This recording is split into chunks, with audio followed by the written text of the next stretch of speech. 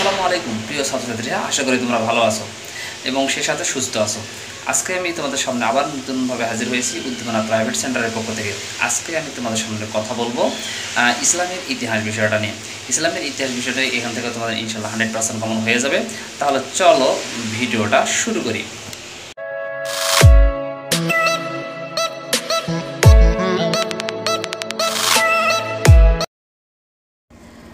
সাজেশনটা তোমাদের জন্য খুবই গুরুত্বপূর্ণ হতে যাচ্ছে, তাই পুরো ভিডিওটা প্রথম থেকে শেষ পর্যন্ত দেখার চেষ্টা করো। ভিডিওটা যদি টানো তাহলে কিন্তু অনেক কিছু বুঝতে পারবে না, তাই করে আশা করছি তোমাদেরকে। এবং বিশেষভাবে বলা হচ্ছে যে ভিডিওটা তোমরা একটু না টেনে পুরো ভিডিওটা দেখো, তাহলে অনেক বিষয় জানতে পারবে এবং অনেক প্রশ্নের তোমরা অ্যান্সার এখানে পেয়ে যাবে। আর অবশ্যই সাহিত্য বই পড়ার চেষ্টা করে যে টপিকসগুলোর কথা আলোচনা করা হয়েছে টপিকগুলো অবশ্যই সাহিত্য বই থেকে পড়বে। তারপরে তোমরা গাইডের থেকে বিভিন্ন বোর্ডের প্রশ্নগুলো দেখার জন্য ফলো করতে পারো। ইসলামের ইতিহাসের প্রথম পত্র হিসেবে মাত্র 4টা অধ্যায় তোমাদের জন্য বেছে বেছে বের করেছি। সেটা হচ্ছে দেখো 1, 2, 3 এবং 4, এই 4টা অধ্যায় যদি তোমরা একটু ভালো করে পড়ো, বিশেষ করে সাহিত্য বইটা পড়ো, তাহলে এখান থেকে তোমরা কিন্তু 100% প্রশ্ন, কমপক্ষে প্রত্যেকটা অধ্যায় থেকে তোমরা 2টা করে প্রশ্ন মাস্ট বি পাবেই। এই জন্যই ভিডিওটা না করে তোমরা 4টা বই অধ্যায় মূল বই থেকে ভালো করে পড়ো, তারপর গাইড বইয়ের প্রশ্নগুলো পরে। তাহলে দেখো, প্রথমে তোমরা দেখতে পাচ্ছ প্রথম অধ্যায়ের কিছু গুরুত্বপূর্ণ জ্ঞানমূলক প্রশ্ন হিসেবে আমি এখানে দিয়েছি। জিগুরাত কি, আরবে শেক্সপিয়ার বলা হয় কাকে, তারপরে সুমেরুদের ধর্মমন্দিরকে কী বলা হতো, পৃথিবীর প্রাচীনতম সভ্যতা কোনটি এবং মেমফিস কি।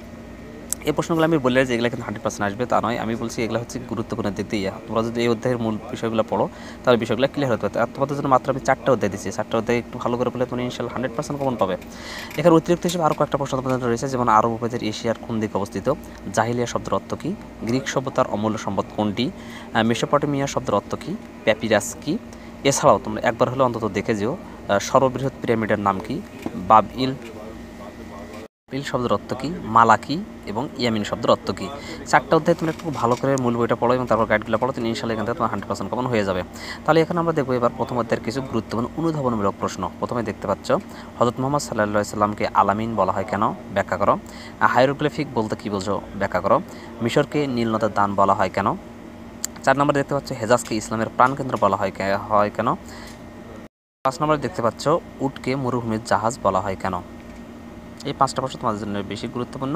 তারপর কম গুরুত্বপূর্ণ দিক থেকে আরও কিছু প্রশ্ন তোমাদের জন্য রয়েছে, যেমন হিলফুল ফুজুল কেন গঠন করা হয়েছিল, জাজিরাতুল আরব বলতে কী বোঝো, ব্যাখ্যা করো। ওকাজ মেলা সম্পর্কে লেখো অথবা ওকাজ মেলার গুরুত্ব সম্পর্কে লেখো। আইএমএ জাহলিয়া বলতে কী বোঝো, ব্যাখ্যা করো। এবং সাবায়ে মুআল্লাকাত বলতে কী বোঝো, ব্যাখ্যা করো। দেখে যেও সেটা হচ্ছে কিউনিফর্ম বলতে কী বোঝো, ব্যাখ্যা করো।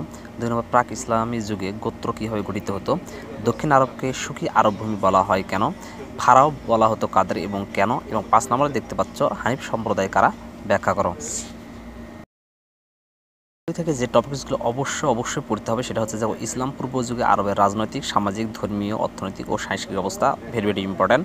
এছাড়াও প্রাচীন সভ্যতার মধ্যে মিশরীয়, গ্রিক সভ্যতা খুব বেশি ইম্পর্ট্যান্ট। এছাড়াও রোমান সভ্যতা একটু কম, সুমেরীয়, হিব্রু সভ্যতা অল্প ইম্পর্ট্যান্ট। এছাড়াও প্রাচীন আরব উপদ্বীপের ভৌগোলিক অবস্থান, ভূপ্রাকৃতিক বৈশিষ্ট্য, অধিবাসীর জীবন ও জীবিকার প্রভাবটা অবশ্যই পড়তে হবে।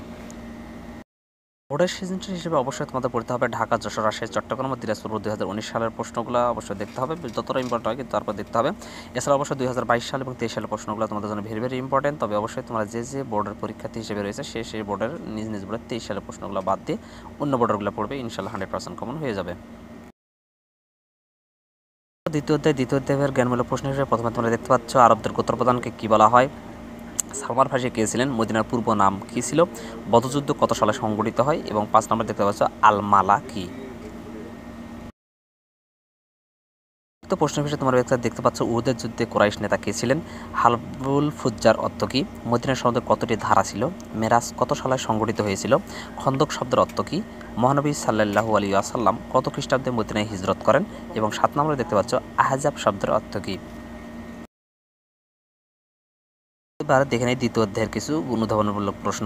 খেজুর বৃক্ষকে রানী বৃক্ষ বলা হয় কেন, আকাবার শপথ বলতে কী বোঝায়, ফাতেউম মুবিন কি, ব্যাখ্যা করো। এবং হিজরত ও দেশ ত্যাগের মধ্যে পার্থক্য কি, বুঝিয়ে লেখো। এখানে ও ছাড়া পড়ছে, তোমরা একটু ওটা মাঝখানে বুঝে নিও।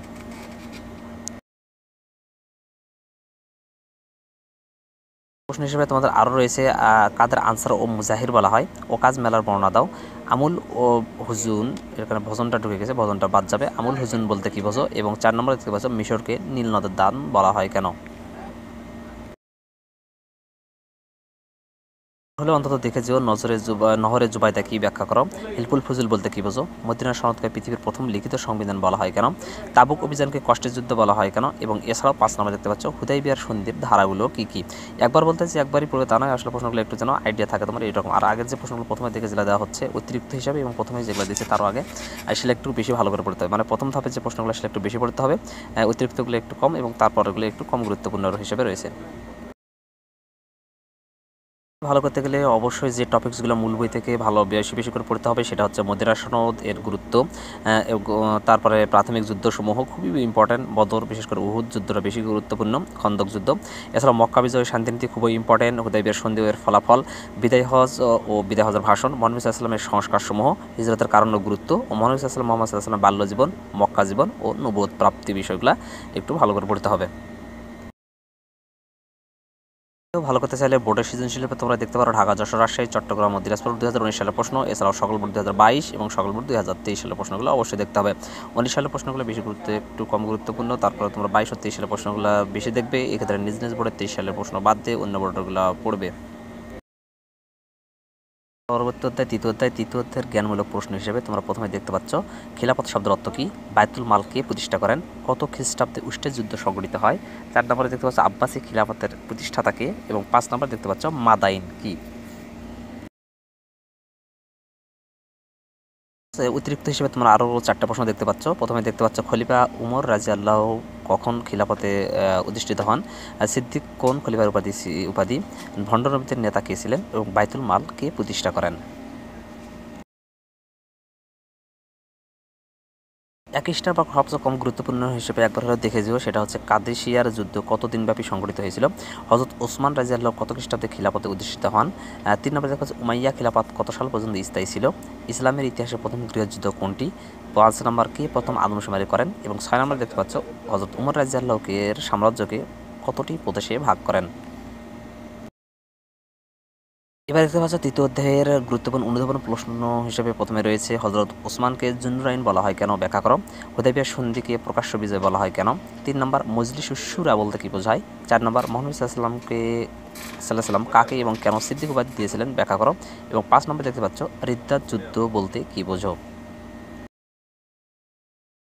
হিসেবে তোমরা দেখতে পাচ্ছ দুমার মীমাংসা কি, ব্যাখ্যা করো।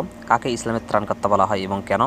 3 নম্বরে দেখতে পাচ্ছ ওসমান রাদিয়াল্লাহু কীভাবে খলিফা নির্বাচিত হন, ব্যাখ্যা করো। এবং 4 নম্বরে দেখতে পাচ্ছ বাইতুল মাল বলতে কি বোঝো, ব্যাখ্যা করো। অতিরিক্ত বলতে এগুলো আমরা টুরিস্ট হিসেবে ধরে নিতে পারি। দেখে যেও সেটা হচ্ছে তো ধরে নিতে পারে 1 স্টার। সে হিসেবে খিলাফত বলতে কি বোঝায়। 2 নম্বর উহুদের যুদ্ধে মুসলমানদের পরাজয় কেন হয়েছিল, ব্যাখ্যা করো। 3 নম্বর খালিদ বিন ওয়ালিদকে ইতিহাসে বিখ্যাত কেন, ব্যাখ্যা করো। হযরত উমর রাদিয়াল্লাহু হযরত আবু বকর রাদিয়াল্লাহুকে কেন খলিফা নির্বাচিত করেন। 5 নম্বর সাভিয়ার অফ ইসলাম কাকে বলা হয়, ব্যাখ্যা করো। এবং 6 নম্বরে দেখতে পাচ্ছ খারেজি কারা, ব্যাখ্যা করো। তৃতীয় অধ্যায়ের যে টপিকসগুলো মূল বই থেকে অবশ্যই ভালো করে পড়তে হবে সেটা হযরত আলী রাজা হল গৃহযুদ্ধ, চরিত্র ও কৃতিত্ব ভেরি ভেরি ইম্পর্টেন্ট। এছাড়াও খলিফা রাশিদিনের শাসন, আত্মসামাজিক বৈশিষ্ট্য খুবই ইম্পর্টেন্ট। এবং এরপরে রয়েছে যেগুলো একটু পড়তে হবে সেটা হযরত উমর রাদিয়াল্লাহু শাসন ব্যবস্থা, চরিত্র ও কৃতিত্ব। 4 নম্বর হযরত ওসমান রাদিয়াল্লাহু শাসন কার্যাবলী, অভিযানসমূহ, হত্যার কারণ, ফলাফল, চরিত্র ও কৃতিত্ব। নম্বর পড়তে হবে হযরত আবু বকর রাদিয়াল্লাহু প্রাথমিক সমস্যাসমূহ, পারসিক ও রোমীয় সাম্রাজ্য দ্বন্দ্বের সূত্রপাত, চরিত্র ও কৃতিত্ব। এই 4 খলিফার মধ্যে 4 খলিফা ইম্পর্টেন্ট, কারণ কোন বোর্ডে কখন কার কোন খলিফা আসবে এটা নিশ্চিত করে বলা যাচ্ছে না, তবে 4টা খলিফায় পড়ে, তবে এখানে আমি 3টা দিয়েছি, 3টা বেশি বেশি ইম্পর্টেন্ট, আর একটা খলিফা থাকলে এটা একটু কম গুরুত্বপূর্ণ। তবে 4টা খলিফার মধ্যে এই 3টা খলিফাকে বিশেষ করে ভালো করে গুরুত্ব দিয়ে পড়ার, এবং বাকি একটা খলিফা একটু কম গুরুত্বপূর্ণ। হ্যাঁ, তাহলে তো খলিফাগুলো মিস করো, এখান থেকে একটা প্রশ্ন 100% ইনশাআল্লাহ হয়ে যাবে, 2টা প্রশ্ন পড়তে পারে। টপিকসগুলো ভালো করে পড়ার পর অবশ্যই তোমার বোর্ডের সৃজনশীল হিসেবে দেখতে পাবে ঢাকা, যশোর, রাজশাহী, চট্টগ্রাম ও দিনাজপুর 2019 সালের প্রশ্ন, এছাড়াও সকল বোর্ড 2022 এবং সকল বোর্ড 2023 সালের প্রশ্নগুলো। তাহলে এক্ষেত্রে নিজ নিজ বোর্ডের 23 সালের প্রশ্ন বাদ দিয়ে অন্য বোর্ডগুলো পড়বে, তাহলে ইনশাআল্লাহ এখান থেকে ভালো করে। আবার বলছি খলিফা রাশিদিন থেকে বিশেষ করে 4 খলিফার শাসনামল, এটাও খুবই তোমাদের গুরুত্বপূর্ণ। এক এক বোর্ডে এক এক খলিফার প্রশ্ন হতে পারে। এছাড়া 3টা প্রশ্ন দিয়ে দিচ্ছে, 3টা একটু বেশি ভালো করে পড়ো, এবং কম বাকিগুলো যেটা আছে সেটা একটু কম পড়লেও চলবে। চতুর্থ অধ্যায়ের জ্ঞানমূলক প্রশ্নের প্রথমে দেখতে পাচ্ছ কুব্বাতুস সাকরা কি, কাকে আরব দেশে শেক্সপিয়ার বলা হয়, পিরামিড কি, কত খ্রিস্টাব্দে উমাইয়া খেলাফত প্রতিষ্ঠিত হয়। এই 4টা তোমাদের জন্য খুব বেশি ইম্পর্টেন্ট হিসেবে তোমরা দেখতে পাচ্ছ উমাইয়া বংশের প্রতিষ্ঠাতা কে, কারবালার যুদ্ধ কত সালে সংঘটিত হয়, মাওয়ালি কারা, এবং 4 নম্বরে দেখতে পাচ্ছ ইয়াজিদ কে। অধ্যায়ের অনুধাবনমূলক প্রশ্ন হিসেবে তোমরা প্রথমে দেখতে পাচ্ছ খলিফা আব্দুল আজিজকে রাজেন্দ্র বলা হয় কেন, ব্যাখ্যা করো। কারবালার কাহিনীকে মর্মান্তিক বলা হয় কেন, অথবা প্রশ্নটা আসতে পারে কারবালার হত্যাকাণ্ডকে বিষাদময় ঘটনা বলা হয় কেন। এবং 3 নম্বরে দেখতে পাচ্ছ সুলাইমানকে আশীর্বাদের চাবি বলা হয় কেন। এই প্রশ্নগুলো কিন্তু আমি তোমার বলেছি যে এই প্রশ্নগুলো আসলে গুরুত্বের দিক দিয়ে আমার কাছে বেশি গুরুত্বপূর্ণ মনে হচ্ছে, এই জন্য প্রশ্নগুলো দিয়েছি। তবে তোমরা চেষ্টা করবে যে প্রথম, দ্বিতীয়, তৃতীয় এবং চতুর্থ অধ্যায়টা খুব ভালো করে পড়ার। এই 4টা অধ্যায় থেকে ইনশাল্লাহ তোমাদের পাস মার্ক করে 100% প্রশ্ন হবে। ইনশাল্লাহ এখান থেকে 100% প্রশ্ন তোমরা অ্যান্সার করতে পারবে। এই যে 4টা অধ্যায়, আবার বলছি 1, 2 এবং 3, 4 এই 4টা অধ্যায় বেশি করে পড়ো। হিসেবে অধ্যায় থেকে তোমাদের পড়তে হবে উমর বিন আব্দুল আজিজকে দ্বিতীয় উমর বলা হয় কেন, ডোম অব দ্য রক কি ব্যাখ্যা করো, অথবা ইংরেজিতে ডোম অব দ্য রক কি ব্যাখ্যা করো থাকতে পারে। দিওয়ানা বারিদ কি ব্যাখ্যা করো। অন্ধকারের যুগ বলতে কি বোঝায় ব্যাখ্যা করো। হাজ্জাজ বিন ইউসুফ বিখ্যাত ছিলেন কেন। এবং 6 নম্বরে দেখতে পাচ্ছ ইসলামের পঞ্চম খলিফা বলা হয় কাকে এবং কেন।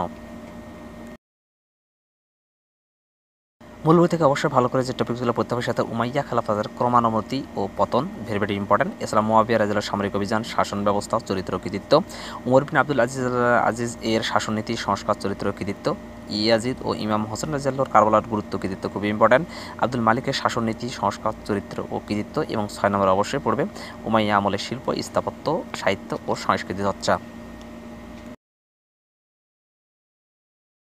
পড়ার পর অবশ্যই বোর্ডের সিদ্ধ হিসেবে তোমরা পড়বে ঢাকা, যশোর, রাজশাহী, চট্টগ্রাম, দিনাজপুর বোর্ড 2019, এছাড়াও সকল বোর্ড 2022 এবং 23। আমি বারবার 2019 সালের প্রশ্নগুলো দিয়েছি। প্রশ্নগুলো আসলে এই কয়েকটা বোর্ডের জন্য একটু পড়বে, এবং তবে বিশেষ করে 2022 এবং 23 সালের প্রশ্নগুলো বেশি করে পড়লে কিন্তু তোমাদের ইনশাল্লাহ 100% কমন হয়ে যাবে। এখানে নিজ নিজ বোর্ডে 23 সালের প্রশ্ন বাদ দিয়ে অন্য বোর্ডগুলো পড়বে। অবশ্যই সাবস্ক্রাইব করো, তারপরে হচ্ছে সাবস্ক্রাইব করো, বেল বাটন অন করো, তারপরে সর্বোচ্চ শেয়ার করো, কমেন্ট করো তোমার মূল্যবান মতামত জানাও। তোমরা নিজে উপকৃত হচ্ছে, অন্যকে উপকৃত হওয়ার সুযোগ দাও। তো অনেক কষ্ট করে ভিডিওগুলো তৈরি করা, যাতে ভিডিওগুলো তোমরা হচ্ছে অবশ্যই সাবস্ক্রাইব, অনেকে সাবস্ক্রাইব না করে ভিডিওগুলো দেখো। আসলে তোমরা যখন কষ্ট করে ভিডিও করো, তোমরা যদি আমার প্রতি একটু না করো, আসলে সেগুলো না দেখো তাহলে কেমন করে হয়। এই জন্য অবশ্যই তোমার অনুরোধ রইল, অবশ্যই চ্যানেলটা সাবস্ক্রাইব করবে এবং পুরো ভিডিওগুলো দেখবে। নতুন আরেকটা ভিডিও নিয়ে তোমাদের সামনে খুব শীঘ্রই হাজির হবে। সে পর্যন্ত ভালো থাকো, আল্লাহ হাফেজ।